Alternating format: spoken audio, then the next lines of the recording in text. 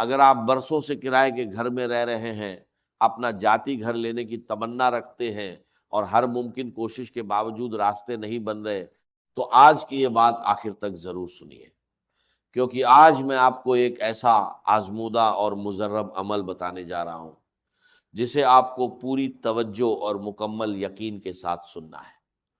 اس لیے اس ویڈیو کا ایک بھی حصہ مس مت کیجیے۔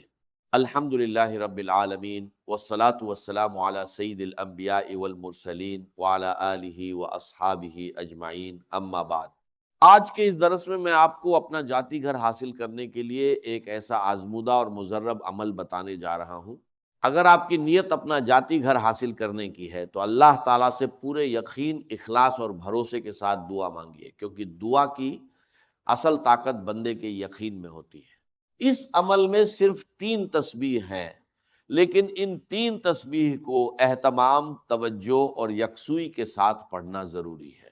اس عمل کے لیے سب سے بہترین وقت عصر کی نماز کے بعد ہے، دوسرا بہترین وقت فجر سے اشراق تک ہے، اور تیسرا بہترین وقت تہجد کا ہے، کیونکہ یہ قبولیت کے خاص اوقات ہیں۔ اگر کسی مجبوری کی وجہ سے ان اوقات میں یہ عمل نہ کر سکے تو دوسرے وقت میں بھی پڑھ سکتے ہیں۔ انشاءاللہ امید ہے کہ اس عمل کا فائدہ حاصل ہوگا۔ اگر آپ بیٹھ کر پوری توجہ، یکسوئی اور خشوع کے ساتھ پڑھیں گے تو یہ زیادہ بہتر ہے، اور اگر چلتے پھرتے یا اپنے کام کے دوران بھی پڑھیں گے تب بھی ذکر کا ثواب حاصل ہوگا۔ یہ ایک آزمودہ اور مجرب عمل ہے، لیکن سب سے اہم چیز یقین ہے۔ اللہ تعالی ہمیں ایسا مکمل یقین عطا فرمائے کہ ہم جو بھی دعا مانگیں اور جو بھی وظیفہ پڑھیں پورے بھروسے اور قبولیت کی امید کے ساتھ پڑھیں۔ بہت سے لوگ پوچھتے ہیں کہ ہم نے وظیفہ شروع کر دیا ہے، کیا ہمارا کام ہو جائے گا، کیا اس کا اثر ہوگا، کتنے دنوں میں نتیجہ ملے گا؟ میرے عزیز بھائیوں اور بہنوں، اصل معاملہ دنوں یا مہینوں کا نہیں، بلکہ یقین، صبر اور اخلاص کا ہے۔ جب بندہ پورے یقین کے ساتھ اللہ تعالیٰ سے دعا کرتا ہے تو وہ ہر مشکل کو آسان کرنے اور اپنے بندے کے لیے بہتر فیصلہ فرمانے پر پوری قدرت رکھتا ہے۔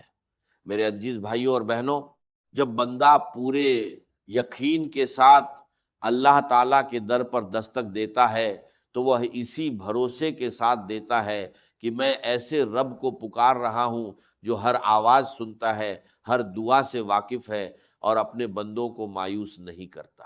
اللہ تعالیٰ نے فرمایا ادعونی استجب لکم۔ جب اللہ تعالیٰ نے دعا کرنے کا حکم دیا اور اپنی رحمت کی امید دلائی تو پھر بندے کا کام یہ ہے کہ وہ پورے یقین، اخلاص اور صبر کے ساتھ دعا کرتا رہے۔ یاد رکھیے، اس عمل کی بنیاد صرف الفاظ پر نہیں بلکہ آپ کے یقین پر ہے۔ جتنا مضبوط یقین ہوگا اتنی ہی مضبوطی کے ساتھ بندہ اپنے رب سے جڑا رہے گا۔ بہت سے لوگوں نے پہلے بھی الگ الگ اعمال کیے، کسی نے 21 دن پڑھا، کسی نے 40 دن، اور کسی نے لگاتار چلہ کیا۔ کئی لوگوں نے اللہ تعالیٰ کا شکر ادا کرتے ہوئے بتایا کہ ان کی مشکلیں امید سے پہلے آسان ہو گئی۔ یہ سب اللہ تعالیٰ کا فضل اور کرم ہے۔ اب اس عمل کی ترتیب غور سے سن لیجئے۔ سب سے پہلے ایک تسبیح درود اے ابراہیمی اپنی ذاتی گھر کی نیت سے پڑھیے۔ اس کے بعد ایک تسبیح ربنا آتنا فی الدنیا حسنۃ وفی الآخرۃ حسنۃ وقنا عذاب النار، اسے 100 مرتبہ پڑھیں۔ پھر آخر میں حضرت سیدنا موسیٰ علیہ السلام کی یہ مبارک دعا ایک تسبیح پڑھیں، ربی انی لما انزلت الی من خیر فقیر۔ بس یہی 3 تسبیح ہیں۔ انہی مبارک اذکار اور دعاؤں کی برکت سے بندہ اللہ تعالیٰ کی رحمت کی امید رکھتا ہے، اسی سے دعا کرتا ہے اور اسی سے آسانی اور کشادگی مانگتا ہے۔ اب اس مبارک دعا کی فضیلت بھی سن لیجئے۔ ربنا آتنا فی الدنیا حسنۃ وفی الآخرۃ حسنۃ وقنا عذاب النار۔ یہ قرآن پاک کی بے حد جامع اور مبارک دعا ہے۔ نبی کریم صلی اللہ علیہ وسلم بھی اسے اکثر پڑھتے تھے، اور قرآن کریم میں اللہ تعالیٰ نے اس مبارک دعا کا ذکر فرمایا ہے۔ اس دعا میں بندہ اللہ تعالیٰ سے دنیا کی بھلائی بھی مانگتا ہے اور آخرت کی بھلائی بھی۔